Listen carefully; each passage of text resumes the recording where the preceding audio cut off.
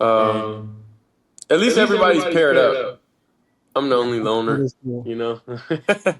Everybody's paired up, so everybody keep each other on task, and I'm built to stand on my own 10, so I'm good. Yeah. Yeah, so Shedeur just told us what's going on in camp, and seems that every rookie has a partner where they're paired up with, especially with the hotels. But for some reason, Shedeur Sanders is the only rookie who's not paired up with anybody deliberately. Yeah, we're gonna get to the bottom of it. Yes, I'm not messy, but I'm petty. Let's go, family. Heart been broke so many times, I don't know what to believe.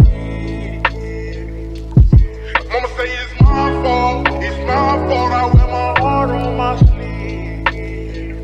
Niggas best up on my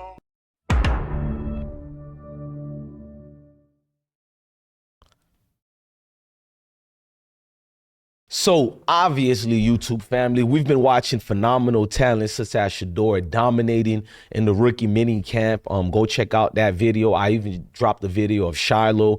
But Shedeur spoke something that made me feel a little uneasy with more of the triggers that I've been feeling towards a team like, well, let's say it properly, an organization like the Cleveland Browns. Everything.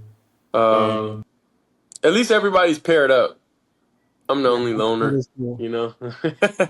Everybody's paired up, so everybody keep each other on task, and I'm built to stand on my own 10, so I'm good. Yeah. Everything. So Shedeur talked about a lot of things that's going on his first official interview. Y'all go check out his his Shedeur, Two Legendary with Shedeur Sanders YouTube channel, which is a podcast he has with the Overtime channel. It's a great podcast, by the way. He said he hasn't been able to do a lot of interviews because he's focused on his craft right now, and he is. Before we get into what he's focused on, let's look at some of the things that Shedeur has been doing.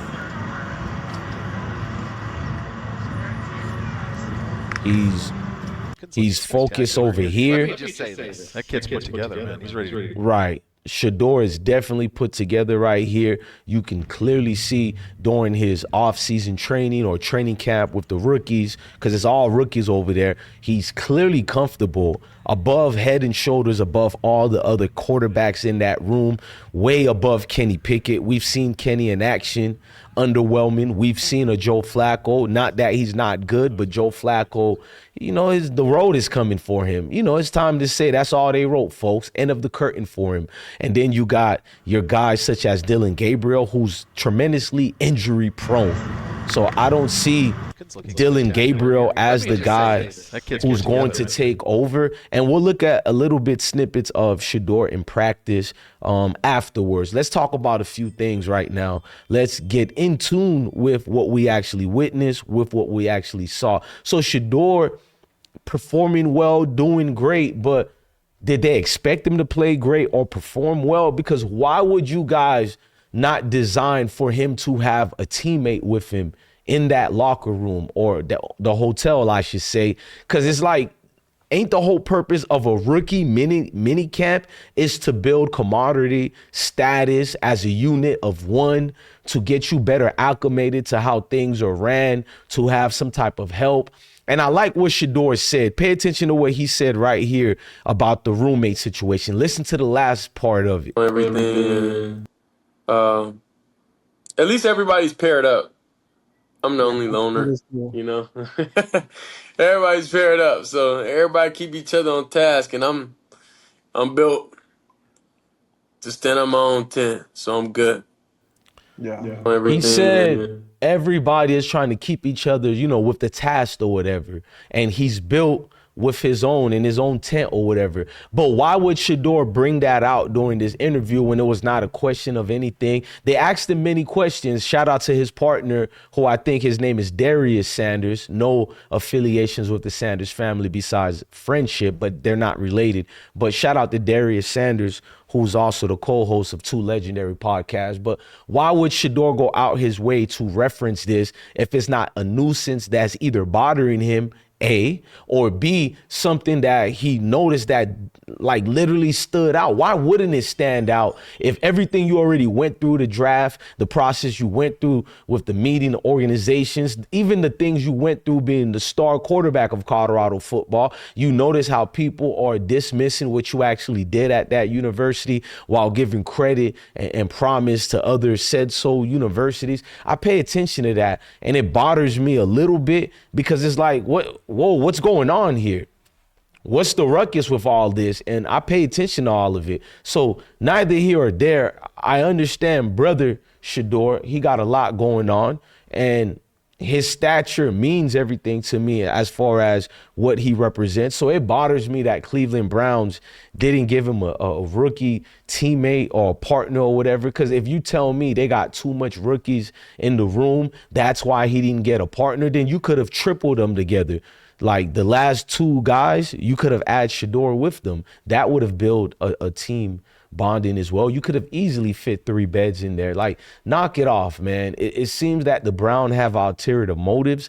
I don't know if this was coming down from Jimmy Haslam, but we know there are odds between management and the chain of command, bro. Yes, the owners having literally issues with front office because the front office didn't want Shedeur. Don't listen to the crap a lot of guys like this had to say. Let me show you who I'm talking about in reference to, because there's a lot of pretending going on. Browns never wanted Shedeur, we talk oftentimes about quarterback being the most important position in the sport. We obviously spent a lot of time with Shedeur throughout the process. He's highly accurate, can play well from the pocket, very productive college career. And we felt like it wasn't necessarily the plan going into the weekend to select 2 quarterbacks, but as we talk about, we do believe in best player available. We do believe in positional value, and we didn't necessarily expect him to be available in the in the 5th round, and so we love adding competition to every position room and adding him to compete with the guys that are already in there. So if it's best player available, like the Step and Fetching just said, then why not get him before the 5th round? You said you didn't expect him to be there in the 5th round. Well, you didn't expect him to be there in the 4th as well. You didn't pick them up. You didn't expect Shedeur to be in the 3rd and you didn't pick him up. And let's not even bring the charade of you trading the draft pick, you know what I'm saying, away to Jacksonville, which was weird as hell. But it is what it is. Nonetheless, there's been a lot of seismic shift with the organization such as the Haslam family. We know this guy, Jimmy Haslam, has been a degenerate owner who has failed over and over. Looking at Shedeur's jersey told me everything I needed to know. Look, no offense to everybody involved with this situation, but I think it's clear a message that's being sent to us that the Browns is an organization we shouldn't trust with Shedeur. But I'm here to remind you guys that Shedeur will do well with the Browns if given a chance. This is Shedeur again during rookie minicamp. It should look good, but so far it does look good. But back to your point is, Bill and Gabriel started 63 games, more than anybody in FBS history. These guys have played a lot.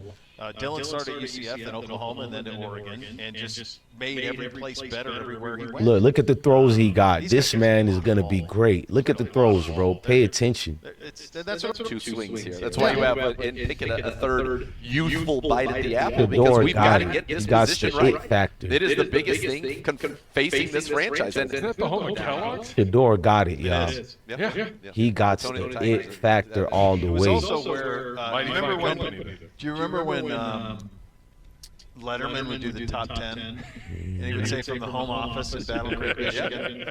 And you have to get familiar with, as you see, Shedeur under center, dropping back, little pass pro. Look, like Cordell Stewart, same composure, same drop back steps. You have to be cognizant of all of future first rounder for next year. And so not only it wasn't in California for Pedro. Right now. Yeah.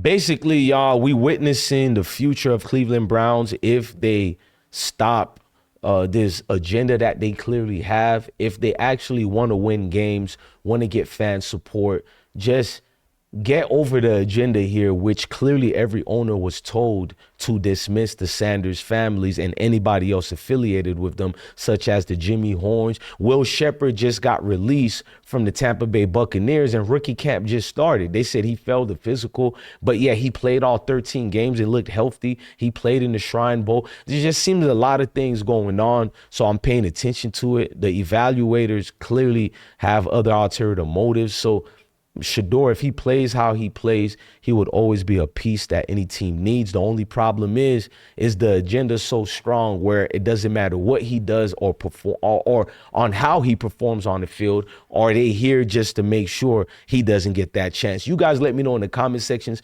I'm your guy, DJ Bless One, the best one. Love your family, love your kids, and definitely indeed stay blessed, guys. Heart been broke so many times.